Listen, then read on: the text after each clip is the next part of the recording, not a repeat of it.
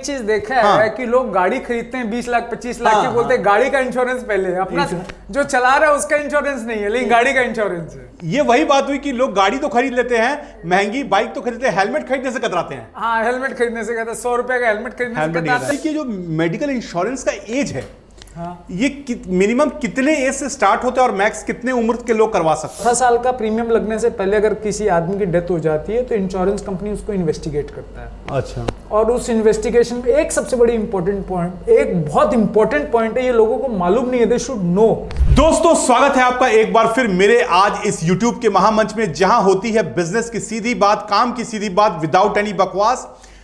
दोस्तों, आज के दौर में भले ही आप बिजनेस कर रहे हैं, भले ही आप कुछ और काम कर रहे हैं, आपके लिए जरूरी है कि आप कैसे स्वस्थ रहें और आपकी जो फैमिली है, आपके जो नियर एंड डियर हैं, उनको आप कैसे स्वस्थ रखें। और आप में से बहुत लोग हैं जो हेल्थ इंश्योरेंस लेते हैं ताकि अपनों को हेल्दी रखा जा सके, स्वस्थ रखा जा सके। लेकिन क्या आपको मालूम है, आप इंश्योरेंस लेते वक्त कई ऐसी गलतियां कर बैठते हैं जिसके कारण आपको क्लेम नहीं मिल पाता है। अगर आप एक बिजनेसमैन हैं तो वीडियो आपके लिए बहुत जरूरी है। अगर आप एक नौकरी में हैं तो वीडियो आपके लिए बहुत जरूरी है, क्योंकि अगर क्लेम नहीं मिल पाता है तो ऐन वक्त पर लाखों रुपए का खर्चा सर पे आ जाता है, जिससे बहुत बड़ी मुसीबत आन पड़ती है।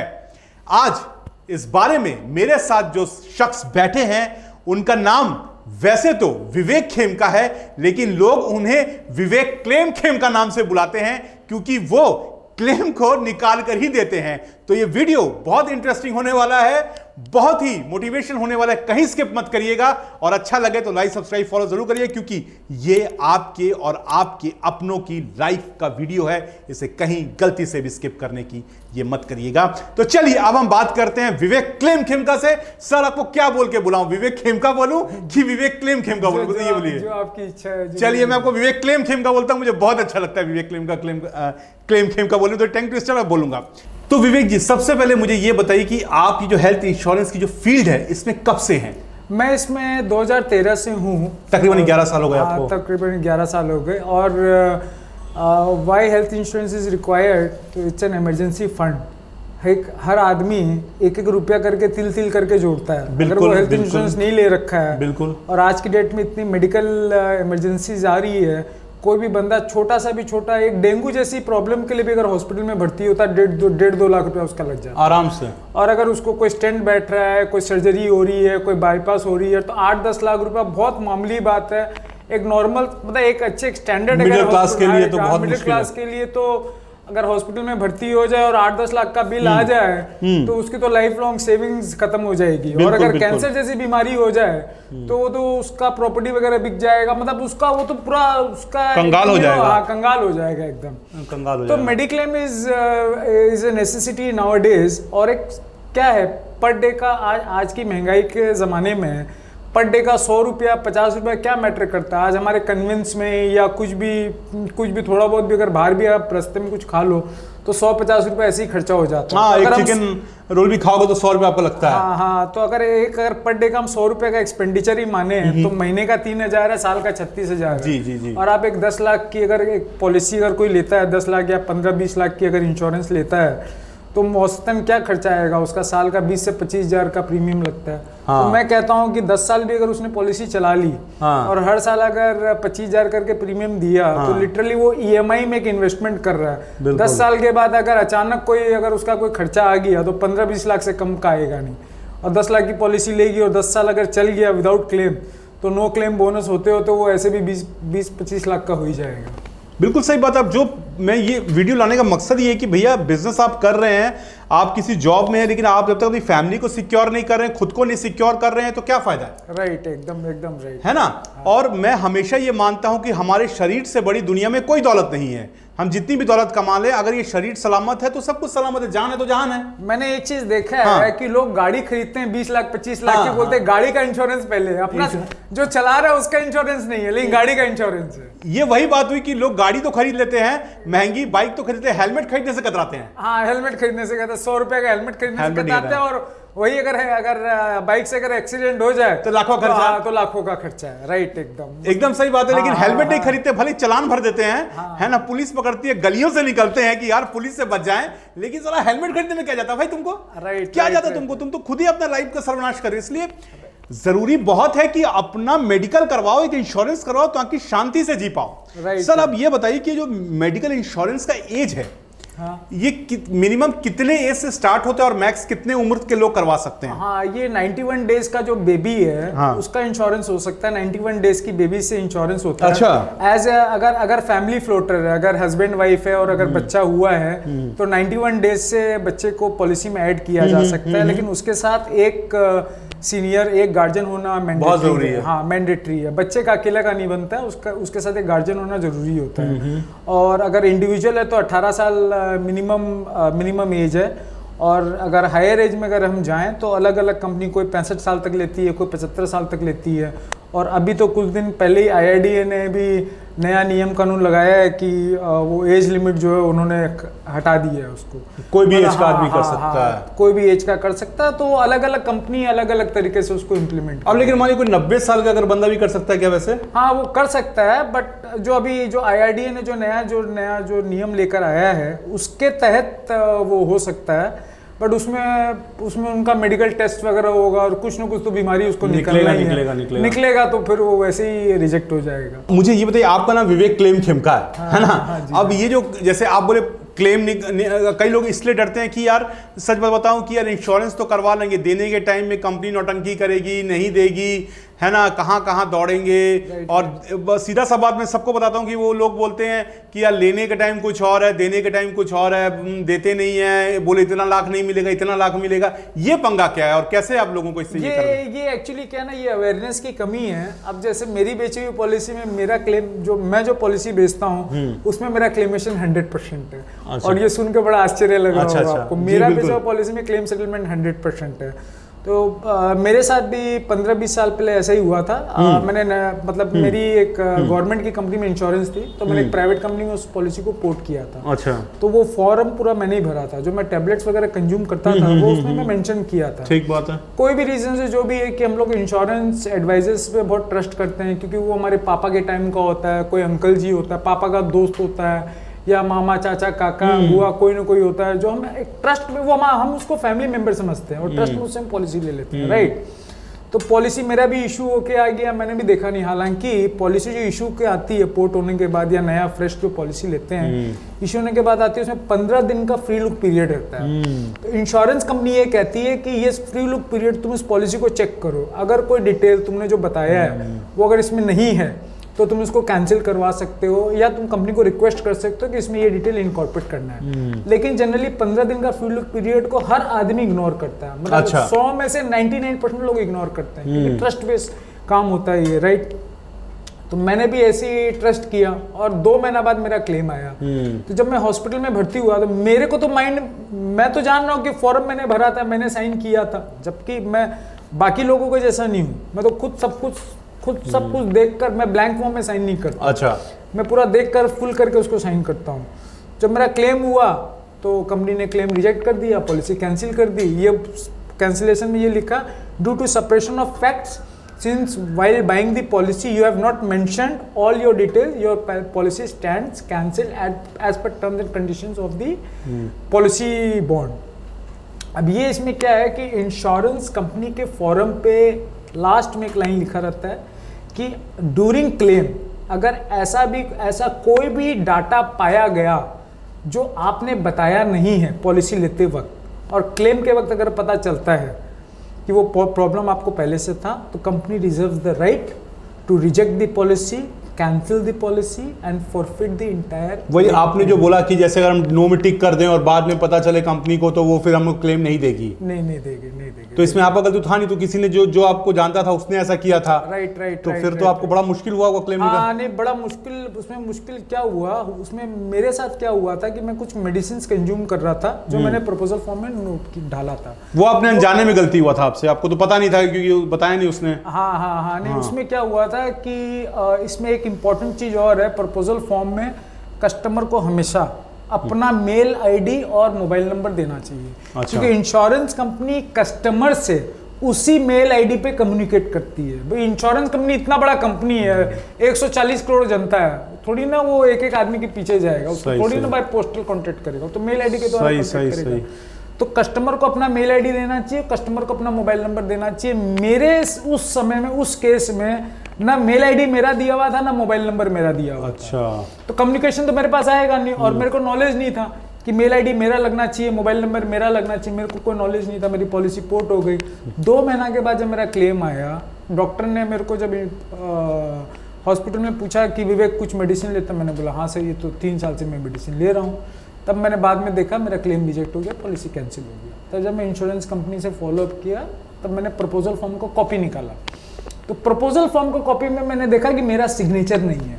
इससे मेरे को ये समझ में आया कि वो दूसरा प्रपोजल फॉर्म सिग्नेचर को फॉर्ज करके जमा किया गया था, और उस बेसिस पे पॉलिसी इशू हुई थी। You got my point? हाँ। मतलब मेरा प्रपोजल फॉर्म जमा ही नहीं हुआ, और शायद अगर जमा हुआ होगा, कंपनी ने रिजेक्ट कर दिया होगा, तो जो इंश्योरेंस एजेंट ने नया प्रपोजल फॉर्म भर के फॉर सिग्नेचर करके उसको जमा किया, उसके बेस में पॉलिसी इशू हो गई। एजेंट को भी नहीं मालूम था कि 2 महीना बाद मेरा क्लेम आ जाएगा। अब गॉल ब्लैडर में स्टोन आएगा वो कैसे पता चलेगा? मेरा 2 महीना बाद क्लेम आ गया भाई, मेरे को तो मालूम नहीं है उसमें क्या मेंशन किया। मैं तो ट्रस्ट समझ रहा हूँ कि भाई मेरी पॉलिसी अच्छी बनी हुई है, तो मेरा क्लेम रिजेक्ट हो गया। उस रिजेक्टेड क्लेम को लेकर मैं कलकत्ता के नामी ग्रामी लोगों के पास गया, कंसल्टेंट के पास गया, बड़े बड़े इंश्योरेंस एडवाइजर्स, ब्रोकर, सभी के पास गया। सब लोगों ने ट्राई किया, कोई भी उस क्लेम को नहीं निकाल सका, क्योंकि इंश्योरेंस कंपनी के हिसाब से वो अंडर सेपरेशन ऑफ फैक्ट्स था।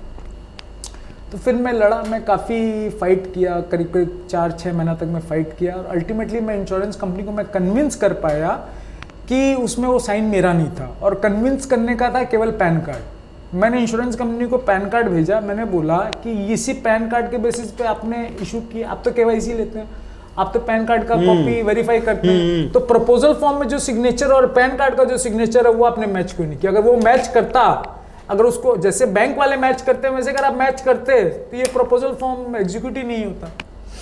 यार आपने ये कर लिया, लेकिन सब शायद इतना नहीं कर पाते, सबके बस का बात नहीं। उन्होंने अपना किस्सा बताया। तो सर ये आप कह रहे हैं कि बहुत ध्यान रखा जाए जब हम मेडिकल इंश्योरेंस में किसी तरह का भी ले, तो पूरा पढ़ाई उसको पूरा रीड करें प्रॉपर्ली, और फैक्ट्स को सप्रेस ना करें। फैक्ट्स को सप्रेस ना करें। अभी जैसे मैं आपको बताता हूँ, अभी कुछ दिन पहले ही मैंने एक पॉलिसी, ये जो आए हैं जिनका भी आप लेंगे, तो इनकी पॉलिसी अभी कुछ दिन पहले मैंने पोर्ट की थी।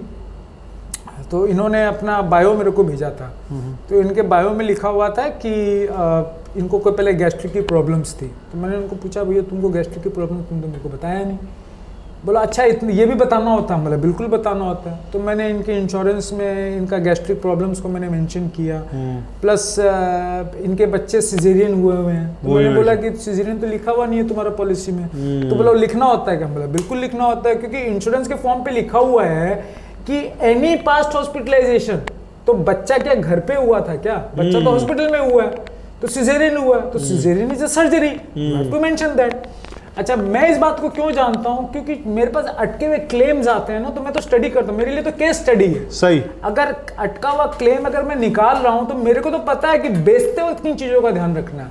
तो बेचते वक्त मैं अभी तक मोटा मोटी मैं 100 तो मैं भी नहीं हूँ, कोई भी नहीं हो सकता, हम लोग भगवान तो है नहीं, लेकिन फिर भी मोटा मोटी मैं 99% मैं कस्टमर से 99% क्वेश्चंस निकाल लेता हूँ। हेपेटाइटिस बी है क्या, कभी डिप्रेशन का टेबलेट लिया है क्या, स्टेरॉइड के शॉट्स लिए हैं, मतलब एक एक चीज जरूरी है। हाँ, एक पॉइंट मेडिकल इंश्योरेंस का समय बहुत जरूरी पॉइंट विवेक जी ने बोला है कि एक एक चीज जरूरी। अगर आप किसी भी तरह का फैक्ट को सप्रेस करते हैं तो जब आप क्लेम लेने जा रहे हैं तो आप फंस सकते हैं। हाँ। और इसमें फिर आप इंश्योरेंस कंपनी को आप नहीं बोल सकते हैं कि भाई तुम क्यों नहीं मुझे इंश्योरेंस दे रहे हो, पैसा क्यों नहीं दो। कई बार ऐसा ही होता है कि हम सेपरेशन ऑफ फैक्ट्स कर जाते हैं। जैसे आपने कहा कि दारू अल्कोहल के बारे में नहीं बोलेंगे, और लाइफस्टाइल की जो डिजीजेस हैं, स्मोकिंग करते हैं या और भी कुछ नशा वगैरह करते हैं, वो नहीं बोलेंगे कि यार इंश्योरेंस हो जाए और पैसा मिल जाएगा।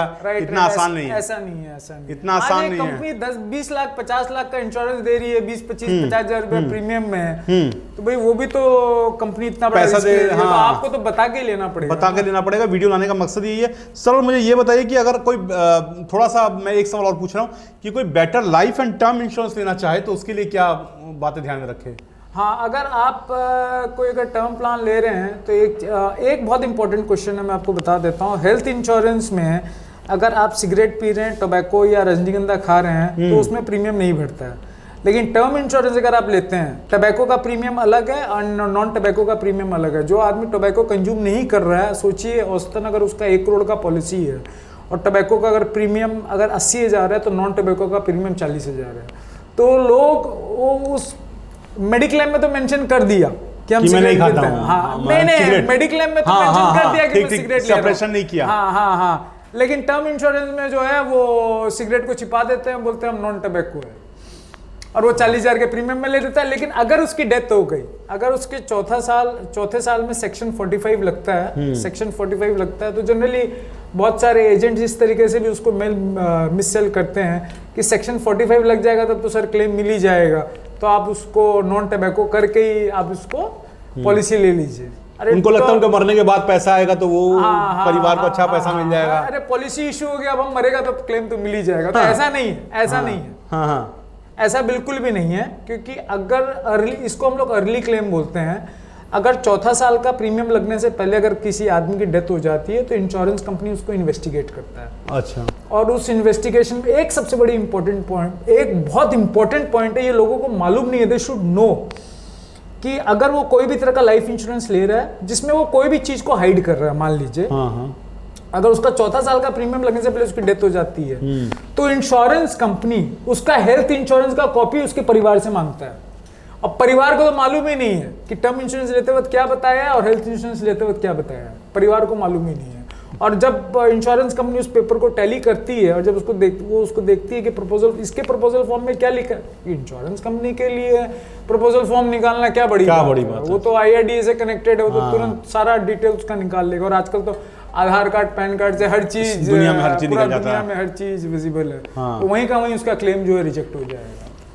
इसलिए झूठ मत बोलिए आप जब पॉलिसी ले रहे हैं। टर्म इंश्योरेंस अगर आप ले रहे हैं कम से कम टर्म इंश्योरेंस तो परिवार के लिए, बोलना ही नहीं चाहिए। नहीं, झूठ बोलना चाहिए। और मैं तो कहूंगा कि हेल्थ इंश्योरेंस के लिए भी नहीं झूठ बोलना चाहिए, वरना हेल्थ इंश्योरेंस में भी झूठ नहीं बोलना चाहिए, क्योंकि जो डिस्कशन हुआ उससे ये समझ में आता है कि क्लेम अटक जाएगा अगर आप झूठ बोलेंगे। राइट, गॉल ब्लैडर रिमूवल है, हर्निया है, अपेंडिस है, सिगरेट पीते हैं, ड्रिंक करते हैं, हम बोलते हैं साल में एक दिन भी अगर एक सिगरेट, 5 साल में अगर आप एक सिगरेट पी रहे हैं ना, हम तो बोलते हैं वो भी मेंशन कर दो। मतलब कहने का मतलब सोचिए कि अभी 2024 है, मान लीजिए मैंने 2024 में कोई पॉलिसी लिया, आज मैं सिगरेट नहीं पीता हूँ, 10 साल पहले मैं सिगरेट पीता था, मान लीजिए 2010 में मैं पीता था, 2011 में मैंने छोड़ दिया और अभी 2024 है, मैं इतने साल में नहीं पिया।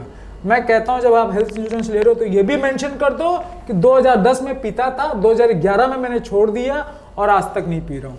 क्योंकि क्या होता है, अगर उसको कैंसर डिटेक्ट हुआ और वो हॉस्पिटल में भर्ती हुआ तो डॉक्टर उसको ये बात पूछेगा कभी सिगरेट पिया, तो वो उसको यही बात बोलेगा, हाँ सर मैं 2010 में पीता था, कॉलेज टाइम में 2 साल पिया, उसके बाद मैं छोड़ दिया। वो डॉक्टर उसको प्रिस्क्रिप्शन भी लिखेगा और जैसे वो इंश्योरेंस कंपनी में जाएगा, फैक्ट चेक होगा, वो वहीं का वहीं वो खेला खत्म उसका। बहुत बहुत इंपॉर्टेंट इंटरव्यू रहा है ये विवेक जी का।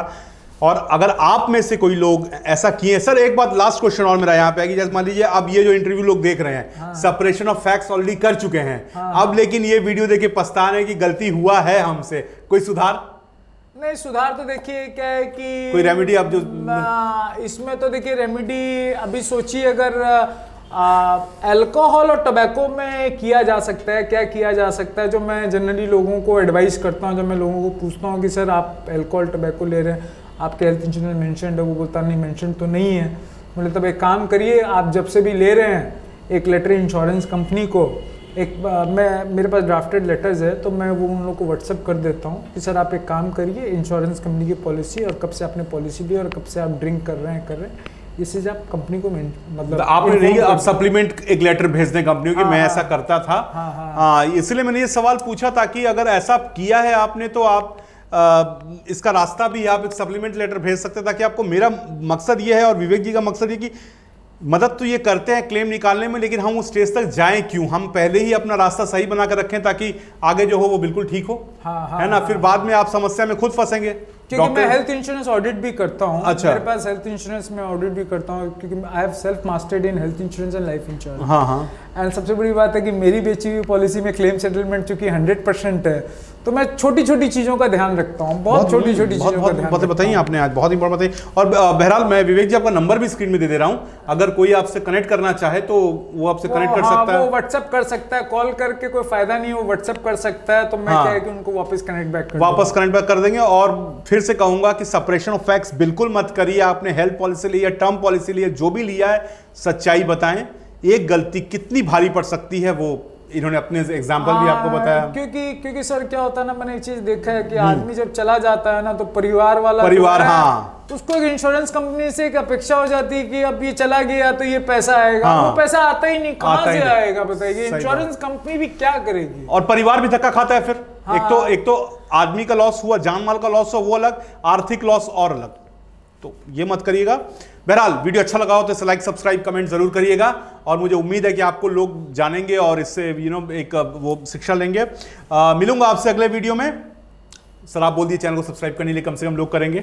बिल्कुल बिल्कुल जी सर, आप लोग गुरवंदरी जी का चैनल सब्सक्राइब करिए। He is really very helpful and is really promoting people so nice. And मैं तो मेरा वीडियो निकलने के बाद मैं तो कम से कम 100 लोगों को वो ठीक है, मिलेंगे आपसे अगले वीडियो में। नमस्कार विवेक जी आपको आने के लिए यहाँ पे, और मुझे उम्मीद है बहुत लोगों को इसका फायदा पहुंचेगा। मिलेंगे अगले वीडियो में।